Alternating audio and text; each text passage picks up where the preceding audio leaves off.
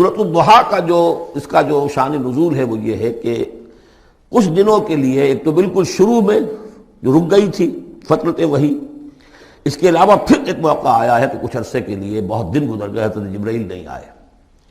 اور آپ کے اوپر ایک شدید قسم کی جو ہے وہ پریشانی طاری ہو گئی۔ کچھ لوگوں نے بھی طعنہ دینا شروع کر دیا، کچھ عرصے سے محمد تم نے کوئی نئی وحی نہیں سنائی، کیا ہوا تمہارا شیطان کیا چلا گیا بس؟ اب کوئی ایسا بھی بتایا گیا کہ ایک دفعہ کہیں متواتر کئی راتوں تک آپ رات کو اٹھے نہیں، تو کہا وہ تمہارا شیطان تمہیں چھوڑ گیا ہے۔ کوئی ساتھ کے رہنے والی عورت جو تھی کہ رات میں نے سنی نہیں تمہاری کوئی پڑھنے کی جو تم پڑھا کرتے تھے، شاید شیطان تمہیں چھوڑ گیا ہے۔ خود آپ کو جس قدر ایک اشتیاق رہتا تھا کہ وہی آئے اور آپ کی وہ روح کو جو ہے مزید اور غذا اور تر و تازگی جو ہے وہ مسلسل ملتی رہے، اس کی وجہ سے یہاں تک آتا ہے کہ حضور فرماتے ہیں کہ اس درجے میں رنج اور غم میں تھا کہ میں سوچتا بربنائے طب بشری، اس درجے حضور کے اوپر جو ہے یہ شاخ گزر رہا تھا کہ وہی کیسے بند ہو گئی۔ اور اس میں یہ بھی تھا کہ اللہ ناراض تو نہیں ہو گیا، کیا مجھ سے کوئی خطا تو ایسی نہیں ہو گئی، یہ سبب کیا ہوا ہے؟ یہ ہے وہ کیفیت کہ جس کے اندر یہ آیتیں نازل ہو رہی ہیں۔ اور اب آپ اس کو سمجھ لیجئے کہ اس کا نفسیاتی اور انسان کی باطنی کیفیات کے ساتھ کیا تعلق ہے۔ انسان پر دو طرح کی کیفیات طاری ہوتی رہتی ہیں، جیسے میں نے پہلے ایک دفعہ آپ کو بتایا صدیق اور شہید کے درمیان جو فرق ہے بنیادی، کہ کچھ بنیادی طور پر لوگ ایکسٹروورٹس ہوتے ہیں، کچھ بنیادی طور پر انٹروورٹس ہوتے ہیں۔ ایکسٹروورٹس کھیل کود بھاگ دوڑ، لوگوں سے ملنا جلنا، گفتگو ہے، اسے دھکا دے دیا اس سے مذاق کر لیا، اسی میں وہ خوش رہتے ہیں، بڑے مگن رہتے ہیں، تنہائی انہیں کاٹ کھانے کو دوڑتی ہے۔ اور ایک انٹروورٹس ہوتے ہیں کہ وہ مجلس وغیرہ کو نہیں، وہ تو اپنے تنہائی میں کہیں بیٹھے ہیں، غور و فکر کر رہے ہیں، سوچ بچار کر رہے ہیں، انہیں وہ مجلس سے زیادہ اپنا گوشہ تنہائی جو ہے وہ زیادہ عزیز ہوتا ہے۔ تو یہ دو مزاج اللہ نے بنائے ہیں۔ اسی طرح ہر انسان کے اوپر آلٹرنیٹلی کچھ کیفیات آتی ہیں جس کو ہم کہتے ہیں میرا موڈ آف ہے، ایک طرح کا قبض سا ہو جاتا ہے، طبیعت میں بندش سی ہوتی ہے، کسی وقت اسی شخص کے اندر پھر انشراح سا ہو جاتا ہے، پھر ہنسنے بولنے کو جی چاہتا ہے، گفتگو کرنے کو جی چاہتا ہے۔ تو یہ کیفیت جب انسان کی روحانی زندگی سے متعلق ہو جائے تو اس کو پھر صوفیہ نے نام دیا قبض اور بسط۔ کبھی طبیعت میں انشراح ہے، انبساط ہے، طبیعت جو ہے وہ آبادہ ہے، ہر چیز میں روشنی کا پہلو آدمی دیکھ رہا ہے، ہر چیز کے اندر آپ کو معلوم ہے ایک تاریک رخ بھی ہوتا ہے کسی معاملے کا اور روشن رخ بھی ہوتا ہے، اس وقت انسان روشن رخ کو دیکھتا ہے۔ اور ایک وقت میں آتا ہے کہ طبیعت میں بندش سی لگ گئی ہے، جیسے اندر کوئی پکڑ لیا کسی نے، اب طبیعت جو ہے وہ بھی اپنے اندر وہ انقباض محسوس کر رہی ہے، اور پھر آدمی پیسیمسٹک ہو جاتا ہے، نا امید سا ہوتا ہے، پھر اسے ہر معاملے کا تاریک پہلو زیادہ نظر آنے لگتا ہے۔ تو یہ قبض اور بسط کی کیفیات ہیں۔ جب کبھی قبض کی کیفیت ہو، قاضی ثناء اللہ پانی پتی رحمۃ اللہ علیہ نے تفسیر مظہری میں لکھا ہے کہ قبض کی کیفیت میں اس صورت کا پڑھنا تریاق ہے، جس طرح حضور صلی اللہ علیہ وسلم کے لیے گویا کہ اس وقت جو وحی کا بند ہو جانا تھا وہ گویا کہ ایک طرح کے انقباض اور قبض کی کیفیت پیدا ہوئی تھی، اس میں اب اللہ تعالیٰ فرما رہے ہیں والضحیٰ، قسم ہے دن کے دھوپ چڑھنے کے وقت کی، واللیل اذا سجا، اور قسم ہے رات کی جبکہ وہ چھا جائے یا ساکن ہو جائے، سجا کے دونوں معنی ہے سکون۔ اب دیکھیے ان دونوں کو کیوں لائے، اس لیے کہ صبح ہے، حرکت ہے، برکت ہے، چلنا ہے، دوڑنا ہے، ہر شخص جا رہا ہے، ادھر جا رہا ہے ادھر جا رہا ہے، رات کو سکون ہو گیا، تاریکی چھا گئی اور شور ہنگامہ ختم ہو گیا۔ لیکن یہ رات اور دن دونوں ضروری ہیں انسان کے لیے، یہاں کا نظام چلانے کے لیے۔ اگر رات ہی رات ہوتی تب بھی یہ دنیا نہ چلتی، اور دن ہی دن ہوتا تب بھی نہ چلتا، تو رات بھی ضروری ہے۔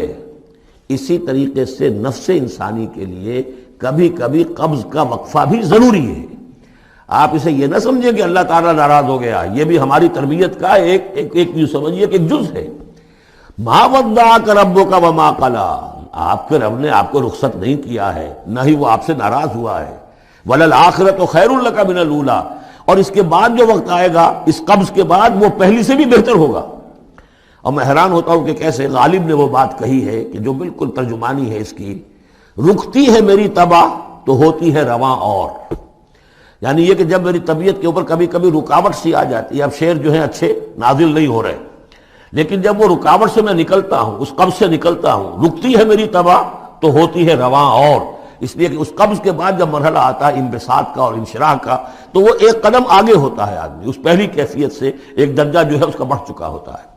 وَلَلْآخِرَةُ خَيْرٌ لَكَ مِنَ الْأُولَىٰ، یقیناً پچھلی ہر گھڑی، ہر ساعت اور ہر قبض کے بعد آنے والا انبساط آپ کے لیے پہلے سے اونچا درجہ لے کر آئے گا۔ وَلَسَوْفَ يُعْطِيكَ رَبُّكَ فَتَرْضَىٰ، ان قریب آپ کا رب آپ کو اتنا کچھ دے گا، اتنا کچھ دے گا، آپ کی محنتوں کے وہ نتائج سامنے آئیں گے کہ آپ راضی ہو جائیں گے۔ اب دیکھیے پچھلی صورت ختم ہوئی تھی وَلَسَوْفَ يَرْضَىٰ، یہاں ہے وَلَسَوْفَ يُعْطِيكَ رَبُّكَ فَتَرْضَىٰ، صرف ضمیر کا فرق ہے، کیونکہ صدیق پر وحی نہیں آتی، براہ راست خطاب نہیں کیا جا سکتا، وہاں وہ صیغہ جو ہے وہ غائب کا ہے، وَلَسَوْفَ يَرْضَىٰ۔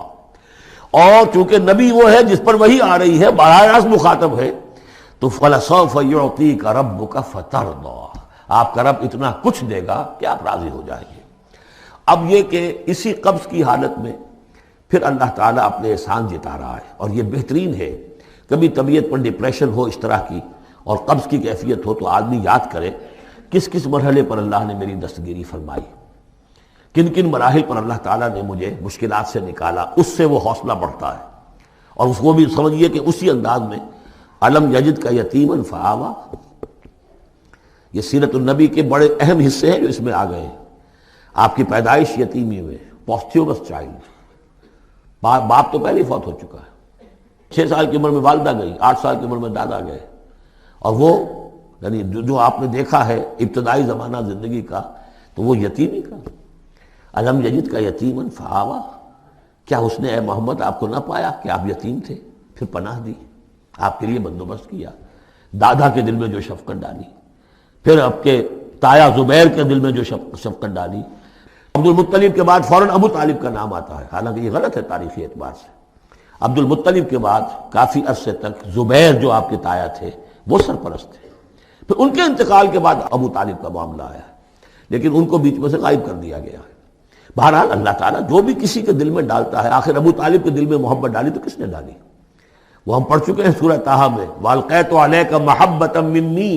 حضرت موسیٰ علیہ السلام کی موہنی صورت کے اوپر اللہ تعالیٰ فرماتے ہیں ہم نے اپنی محبت کا پرتو ڈال دیا کہ تمہیں دیکھنے کے بعد وہ قتل کرنے کے ارادے سے باز رہ گئے، ان کے ہاتھ شل ہو گئے، ایسی موہنی صورت، اسے قتل کرنے۔ وَأَلْقَيْتُ عَلَيْكَ مَحَبَّةً مِّنِّي وَلِتُصْنَعَ عَلَىٰ عَيْنِي، یہ ہوا ہے۔ تو فرمایا علم یجد کا یتیماً فآویٰ ووجدک ضالاً فہدیٰ، اور پھر جب آپ شعور کی پختگی کو پہنچے اور غور و فکر کا مرحلہ آیا، حقائق میں انسان کو سوچ بچار کا مرحلہ آیا، اور آپ کو دیکھا کہ آپ تلاش حقیقت میں سرگرداں ہیں تو ہدایت دی۔ وہ آگے آ جائے گا، بہت قریب پہنچ گئے ہم، اقرأ بسم ربک الذی خلق، وہ مرحلہ جب آئے گا۔ وَوَجَدَكَ عَائِلًا فَأَغْنَىٰ، اور پایا آپ کو تنگ دست تو غنی کر دیا۔ کس طرح سے راستہ پیدا کیا ہے خدیجہ الکبریٰ رضی اللہ تعالی عنہا نے، جو بھی ان کے آپ کے محاسن دیکھے کتنی گرویدہ ہوئی ہیں۔ بڑے بڑے سردار قریش کے جو ہے ان سے نکاح کے خواہش مند تھے، انہوں نے خود جو ہے اپنی لونی کے ذریعے سے پیغام دیا ہے حضور کو۔ تو یہ ساری چیزیں جو ہے ان کی ساری دولت جو ہے وہ پوری کی پوری انہوں نے لا کر حضور کے قدموں میں ڈال دی ہے۔ وَوَجَدَكَ عَائِلًا فَأَغْنَىٰ فَأَمَّا الْيَتِيمَ فَلَا تَقْهَرْ، تو اے نبی تقاضے ان تینوں چیزوں کے کیا ہیں؟ ہم نے آپ کو یتیم پایا، پناہ دی، اب آپ بھی یتیم کے سرپرستی کیجئے، کسی یتیم کو اس کے اوپر کوئی جبر نہ ہو، سختی نہ ہو۔ وَأَمَّا السَّائِلَ فَلَا تَنْهَرْ، اور آپ جب کہ تلاش حقیقت میں سرگرداں تھے تو ہم نے آپ کو ہدایت دی، اسی طریقے سے اب آپ کو بھی کوئی شخص سائل بن کر آپ کے پاس آئے سوال کرے، اسے جھڑکنا نہیں ہے۔ اسے جو بھی سائل دونوں طرح کے ہوتے، سوال کرنے والا کوئی علمی سوال اور سوال کرنے والا کوئی مالی مدد کے لیے۔ وَأَمَّا بِنِعْمَةِ رَبِّكَ فَحَدِّثْ، اور جو ہدایت تمہیں دی ہے ہم نے اب اسے عام کرو، یہ نعمت ہے، آپ کے رب کا انعام ہے، یہ ہدایت جو آپ کو عطا ہوئی ہے اس کو بیان کرو۔ اس کے بیان کرنے میں یہ بھی ہے کہ اللہ کے انعامات کا چرچا انسان کرے اس کا شکر ادا کرنے کے لیے، اور یہ بھی ہے کہ اس کو پھیلائے اور عام کرے، دوسروں تک پہنچائے، ورنہ وہ بخل ہو جائے گا کہ وہ دولت جو ہے ہدایت کی اس کو آدمی صرف اپنی ذات تک محدود رکھے اور اس کا جو خیر ہے وہ دوسروں تک نہ پہنچائے۔